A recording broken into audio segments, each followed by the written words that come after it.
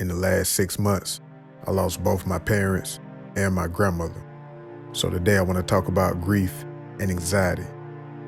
They may seem like two different things, but they definitely go hand in hand.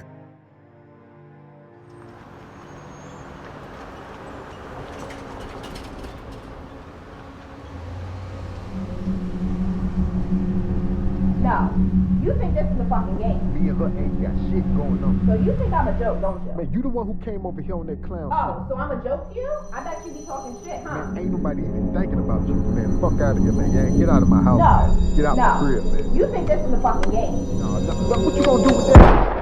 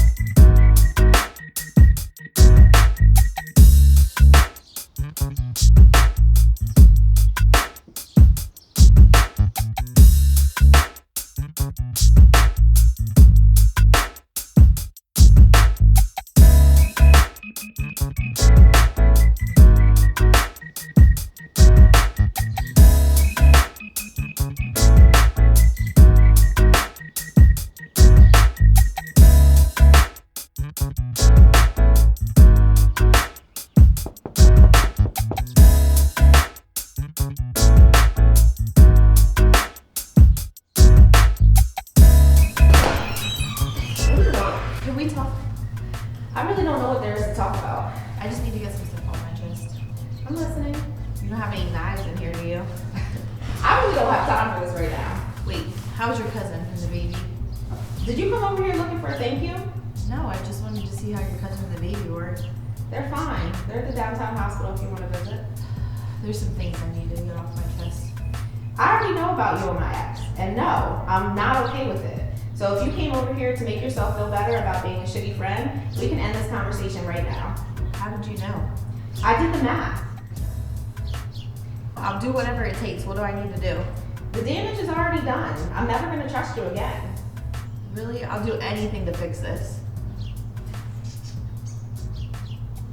What made you think that was okay? All these dudes out here, and you're gonna choose my ex? Just tell me whatever I need to do, I can fix this. You can start by leaving me alone.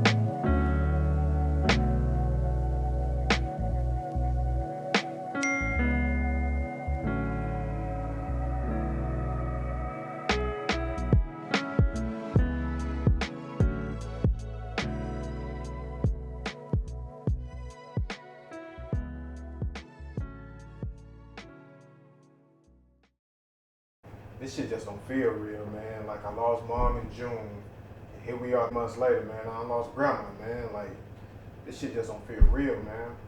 Yeah, that shit's heavy. It's heavy in a short amount of time. I guess, you gotta take everything they gave you, their words, their wisdom, and kind of keep pushing. This shit don't get no easier, but, You're right about that. I'm gonna stop tripping, man. It's just, it's just tough right now. But, I'll cope, man. I'll cope. I hear you. One day at a time, one day at a time. So, you just gonna keep fucking my friend? Man, listen, man. Like, I know that's your friend. I'm not saying I'm right, but when me and you had our thing going on, man, you still going through a divorce. So I thought we ain't have no strings attached, I mean, that's what I thought, but, Shawty cool, man. She alright, she cool. Yeah, I know she's cool. She's my fucking friend. But honestly, you're right. We didn't have no strings attached. And I was getting ready to cut you off anyway. But damn. If you gonna cut me off, then what's the issue then? Like, what's the problem? It's just fucking girl code. She should know better. She's my friend first. And I shouldn't have found out like this. So she's definitely getting cussed the fuck out before I forgive her. But it's cool. Y'all got it. I'm a hopeless romantic and shit. I don't know about all that, but, we just gonna see what happens, man. I'm kind of just playing the field right now, so it is what it is. Yeah, I know how you are.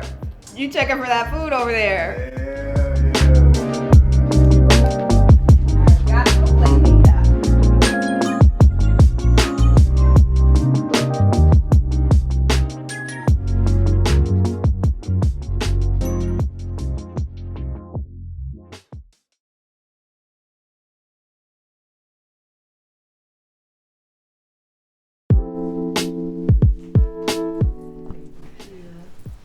Baby girl.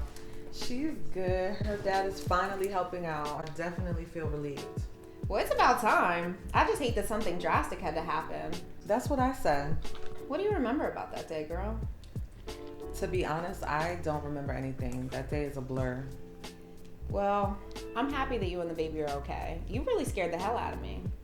If it wasn't for your friend Elle, I don't know where I would be at. I'm just thankful she found me before someone else did.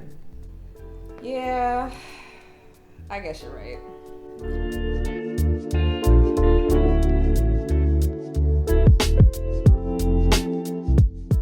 Next time you see her, please tell her I said thank you.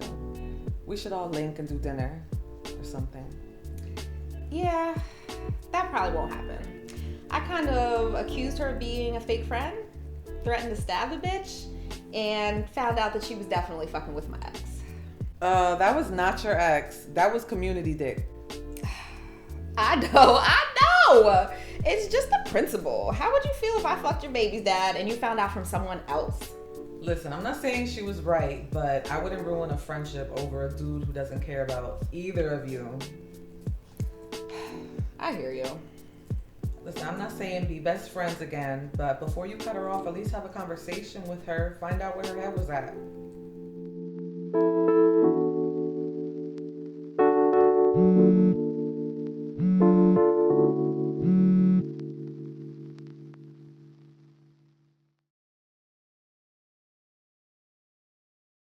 In this episode, we are focusing on anxiety and grief.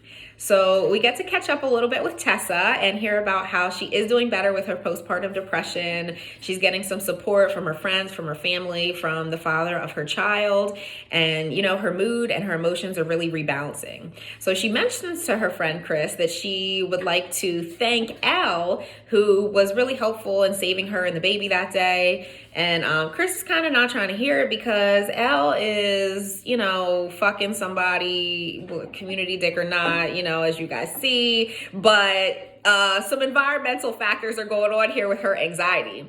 So anxiety can be caused by a number of things. Environmental factors is just one of those things. Sometimes we do have to own up to the fact that we have made some decisions that, we have consequences for, and dealing with those consequences can cause some anxiety. But anxiety can also occur for a number of other reasons. So chemical imbalance in the brain which can be caused by other medications, by the foods that we eat, or just by our genetics. Anxiety can also be caused by life experiences. When we don't have, someone to teach us coping skills or how to deal with difficult situations, then we learn anxiety as a way to cope. And when we realize that we have symptoms of anxiety or full-blown anxiety disorder, then, it's really beneficial to just acknowledge that and seek some help, because we can learn healthier coping skills. Some of the symptoms that we would see would be feeling nervous, restless, or tense, increased heart rate, difficulty breathing. We see sweating, trembling, feeling weak, difficulty concentrating, difficulty sleeping, falling asleep or staying asleep, and also just a fear or a paranoia that other people might be talking about us. Some common anxiety disorders would be generalized anxiety disorder, obsessive compulsive disorder, phobias, panic disorder, or social anxiety. In this episode, we're really mostly focusing on generalized anxiety disorder, although Elle is displaying some symptoms of panic attack. Difficulty breathing is definitely one symptom of panic attack. And, at that point, we do have to kind of know ourselves and our bodies and if we need to seek immediate help. So we're also dealing with grief in this episode. We see that Vil has lost a loved one, and he comes over and he decides to open up to Chris a little bit about that, and we see her trying to be supportive, and we want to just kind of let people know that when they are dealing with grief, that the first thing is that it's okay to not be okay. And, that's a situation where you really do need to give yourself permission to feel those negative feelings. It's, a situational depression. Something happened, you have a reaction to it, and it's very normal to, cry, to lash out, to lay in bed, during those first couple days especially. So there is a model, it's called the cycle of grief. In the traditional model of the cycle of grief, there was 5 stages. Newer models give 7 stages, and really the initial stage is shock. So that's one of the ones that is not in the original model, but we all know that when we first find out that one of our loved ones has passed, that, the initial feeling is like, you don't even want to believe it. I don't even know what to say.